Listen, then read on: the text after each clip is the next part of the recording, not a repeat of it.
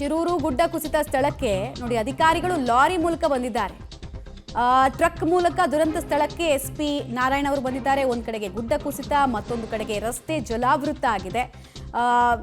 ಅಲ್ಲಿ ಸಣ್ಣ ಪುಟ್ಟ ವೆಹಿಕಲ್ಸ್ ತಗೊಂಡು ಹೋದ್ರೆ ಅಲ್ಲೇ ಮಧ್ಯದಲ್ಲಿ ಕೆಟ್ಟು ನಿಲ್ತಾ ಇದೆ. ಹೀಗಾಗಿ ಹೆವಿ ವೆಹಿಕಲ್ನ ಮೂಲಕ ಕೆಲವರೆಲ್ಲ ಸ್ಪಾಟಿಗೆ ಬರ್ತಾ ಇದ್ದಾರೆ. ಇನ್ಫ್ಯಾಕ್ಟ್ ಎಸ್ಪಿ ನಾರಾಯಣ ಅವರು ಕೂಡ ಟ್ರಕ್ ಮೂಲಕನೇ ಬಂದಿದ್ದಾರೆ.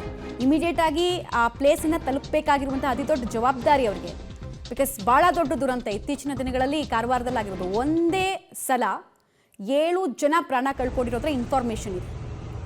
ಸೊ ಇಷ್ಟೆಲ್ಲ ಘಟನೆಗೆ ಏನು ಕಾರಣ, ರಕ್ಷಣಾ ಕಾರ್ಯಾಚರಣೆಗೆ ಏನೇನು ಅಡ್ಡಿ ಆಗ್ತಾ ಇದೆ, ಅದೆಲ್ಲವನ್ನ ತಿಳ್ಕೊಳ್ಬೇಕಂದ್ರೆ ಸ್ಪಾಟ್ ವಿಸಿಟ್ ಮಾಡೋದು ಅತಿ ಅನಿವಾರ್ಯ ಆಗಿತ್ತು. ಹೀಗಾಗಿ ಸಿಕ್ಕ ವಾಹನದ ಮೂಲಕ ಟ್ರಕ್ನಲ್ಲಿ DC ಹಾಗೂ SP ಭೇಟಿ ಕೊಡೋದಕ್ಕೆ ಅಂತ ಸಾಕ್ತಾ ಇರುವಂತಹ ದೃಶ್ಯ ಕೂಡ ನೀವು ಗಮನಿಸ್ತಾ ಇದ್ದೀರಾ.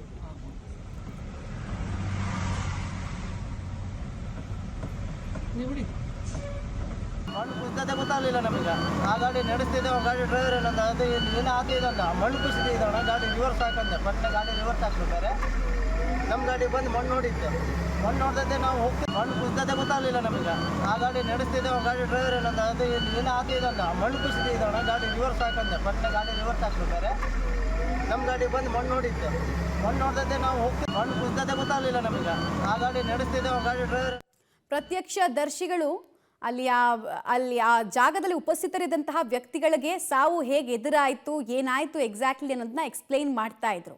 ಎಲ್ಲರ ಕಣ್ಣಲ್ಲೂ ಈಗಲೂ ಕೂಡ ಭಯ ಆಗಿದೆ.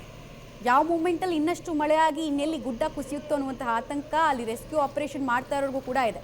ಬಿಕಾಸ್ ಆ ಪ್ಲೇಸ್ನ ನೋಡ್ತಾ ಇದ್ರೆ ನಿಮ್ಗೆ ಅರ್ಥ ಆಗ್ಬೋದು ಯಾವ ಸ್ಥಿತಿಯಲ್ಲಿದೆ ಆ ಜಾಗ ಅಂತ. ಗುಡ್ಡ ಕುಸಿತಕ್ಕೆ ಒಳಗಾಗಿರೋ ಪ್ರದೇಶ ಇನ್ನಷ್ಟು ಅನಾಹುತಗಳಿಗೆ ಸಾಕ್ಷಿ ಆಗುತ್ತಾ ಅನ್ನೋ ಭಯ ಕೂಡ ಸದ್ಯಕ್ಕೆ ಕಾಣಿಸ್ತಾ ಇದೆ.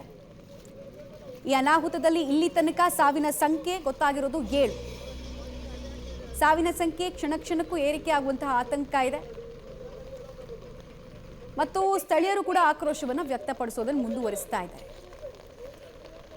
ಮಹಿಳೆಯ ಸಾವು, ಮಹಿಳೆ ಅಂದರೆ ಅಲ್ಲಿ ಒಂದು ಕುಟುಂಬ ಇದ್ದಿರಬಹುದು ಅನ್ನುವಂತಹ ಅಂದಾಜು. ಒಂದು ಕುಟುಂಬನೇ ನೋಡ್ತಾ ಇದ್ದ ಹಾಗೆ ಮುಗಿದು ಹೋಗಿದೆ, ಮಣ್ಣು ಪಾಲಾಗಿದೆ.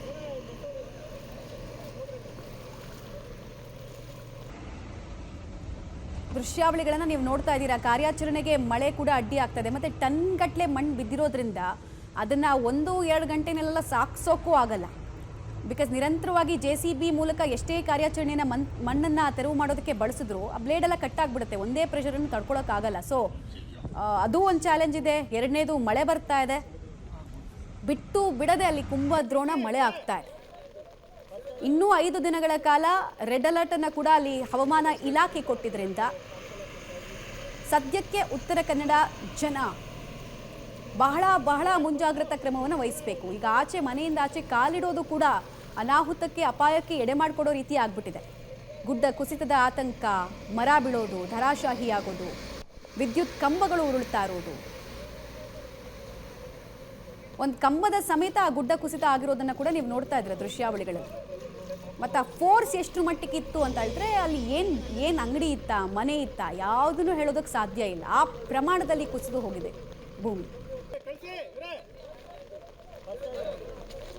ಸಾಕಷ್ಟು ಜನ ಸ್ಥಳೀಯರು ಬಂದಿದ್ದಾರೆ. ಒಬ್ಬೊಬ್ಬರು ಒಂದೊಂದು ನಂಬರ್ಸ್ ಹೇಳ್ತಾ ಇದ್ದಾರೆ.